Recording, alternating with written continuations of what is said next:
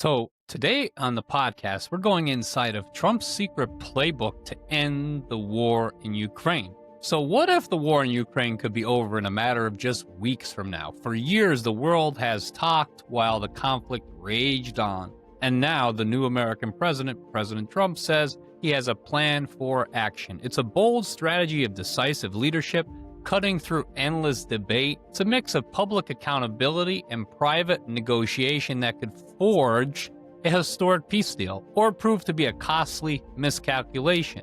We don't know how that's going to go, but we can assume the best. And in this video, we're going inside of the president's playbook to end the Russia-Ukraine war. For over 3 years, this conflict has been a brutal stalemate. Countless lives lost, global security threatened. But the front lines have honestly barely moved. Diplomacy has stalled out like an old 95 Cadillac that just won't turn over. And now a leader known for action over words is back on the world stage, leading the United States, claiming he can do what no one else could. He says he can get a deal and get it done fast. The question is, what will that take? Welcome to the podcast. So the entire strategy kicked off with a powerful display of American leadership in a decisive location, Anchorage, Alaska. Over last week, August 15th, all of our Perseverance pioneers were probably glued to the screen at that Air Force One and Russian presidential jet sat on the same tarmac at Joint Base Elmendorf-Richardson. While the summit was known, seeing the U.S. president greet the Russian president on U.S. soil was a stunning moment. It wasn't just a photo op. It was a result of months-long campaign by Trump to take a personal command of diplomacy. Other people have tried many different things, or have not tried anything at all, and just let this battle rage on. It's like a 4-star general taking the lead of a battlefield instead of directing from a distant command center. To his supporters, he was demonstrating American strength abroad, the endless bureaucratic red tape. The meeting was a bold move that was pure President Trump, a belief that direct face-to-face negotiation can solve any problem, no matter how impossible it seems. We shall see if that strategy is going to work. So the Alaska summit was classic moves in the Trump, something we're coining on this podcast called the Trump Doctrine. It was organized with incredible speed, bypassing the slow-moving bureaucracy that just takes its time. Things get done very fast. As you can tell, it's not the tone. At the Pentagon and State Department for months, Trump had been telling anyone who would listen that he and the president of Russia in the same room can cut through the politics and forge this path to peace. He believes that old-school diplomacy, with its cautious officials, is like trying to help a giant call center. You're put on hold forever, and nothing gets done. And he prefers to go straight to the top. The 3-hour-long meeting ended with no grand treaty. The Russian president said they had reached an understanding to be determined, while the president, U.S. President Trump, was more direct, saying there's no deal until there's a deal forged. But don't let the lack of press conference fool you. Sources inside the talk say it was a productive meeting, and the U.S. president using his personal rapport with the Russian president to drive the conversation forward. Well, I'll find out about that. This is Trump's signature style. If you follow him for years, the idea that direct engagement can solve even the deepest geopolitical struggle, problem, conflict, it's the American belief that two leaders can accomplish more in one meeting than rounds and rounds of diplomats can in a decade of talks. So what was actually said behind those closed doors after the summit? Leaks from calls with European leaders began to paint a picture of tough negotiation. Putin feeling the pressure from apparently laid out his terms for peace, full official control of the entire Donbass region, which could be challenging due to they were the invaders and the aggressors. In return, he offered to freeze the front lines in the other southern regions, stopping the major fighting. This wasn't a simple ceasefire conversation. This was an initial offer in a high-stakes negotiation to redraw the map of Ukraine in real time. And according to top European officials, President Trump wasn't just listening. He was pushing for a realistic path forward. He repeatedly began urging the president of Ukraine to consider the hard choices required for peace. This was a massive shift. Trump was now driving forward a final deal, even if it meant forcing some difficult conversations to take place about territorial compromise. The Alaska meeting wasn't just a meeting, it was the public start of the Trump doctrine in action, and that all sort of playbook. So, just highlighting here as well, I have to pull up some numbers. So far in this Russia-Ukraine conflict war that doesn't seem to be going anywhere, sadly enough, if you want to believe some of the death totals that are out there, the UK Ministry of Defense estimates that around 1,000 Russian soldiers have been killed, again, with casualties, including wounded, exceeding 1 million since February. So, and also, on terms of Russian, Ukrainian casualties, President Zelensky has stated that 43,000 Ukrainian troops have been killed as of late 2024. If you want to really believe these numbers, people play with these numbers, manipulate the data. These things happen all the time, but it just speaks to how this war needs to end because people are tired of it. People are completely tired of it. They want to end the death and destruction.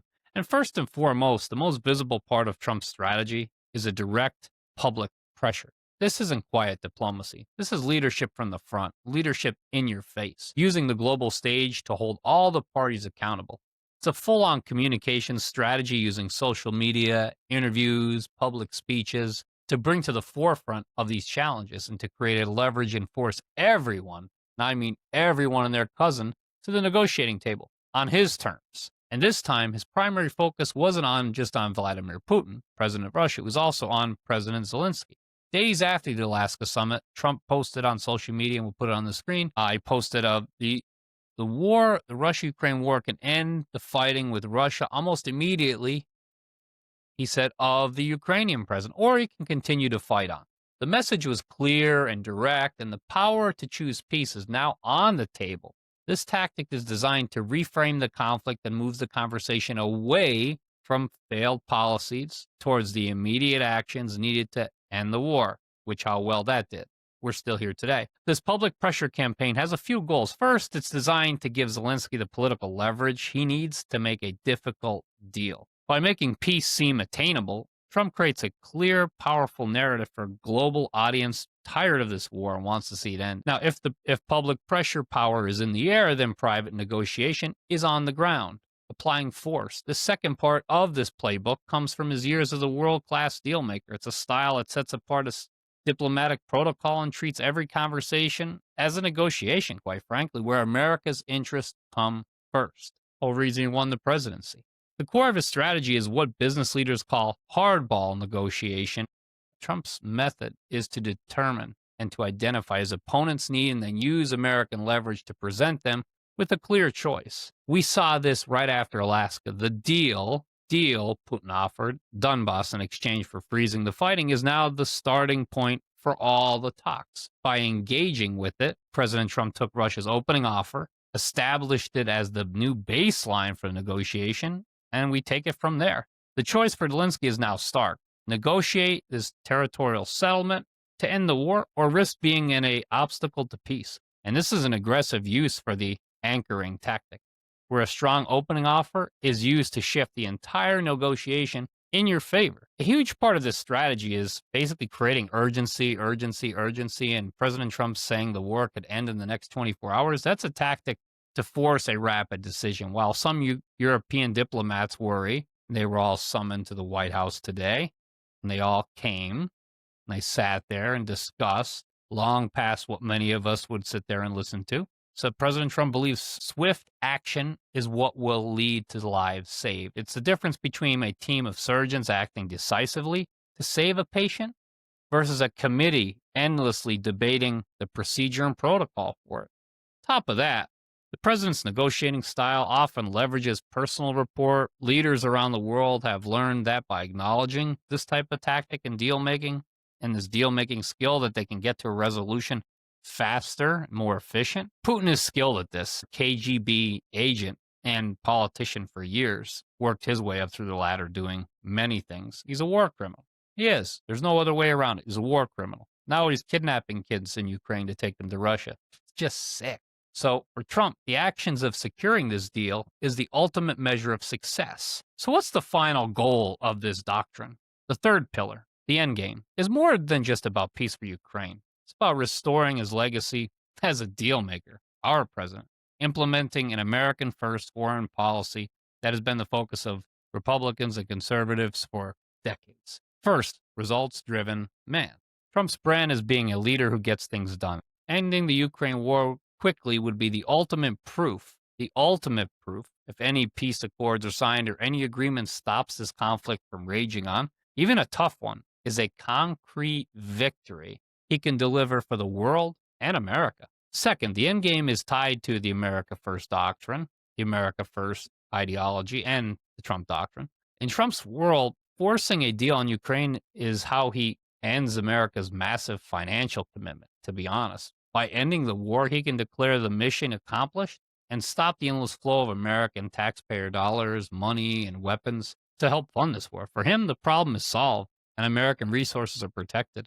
Third, you can't ignore the word or the terms Nobel Peace Prize when you're talking about all this. All the conflicts that have been raging the past few months, and only one person has really stepped up besides all the diplomats and everyone involved. The idea of ending Europe's biggest land war since 1945 is a powerful motivator in this whole scenario. And you could say it isn't, it's not in the mind, but it definitely plays a part, which could cement his place in world history, U.S. history, and also finally brokering this deal.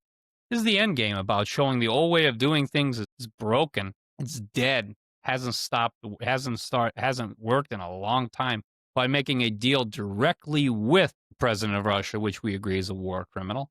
He would prove that a new action-oriented approach is superior, far superior than the old way of doing things. The disruption isn't a side effect. It's part of the strategy to tear down the failed structures of the past and rebuild them with American strength at the center. And who could disagree with that? And of course, trial and error.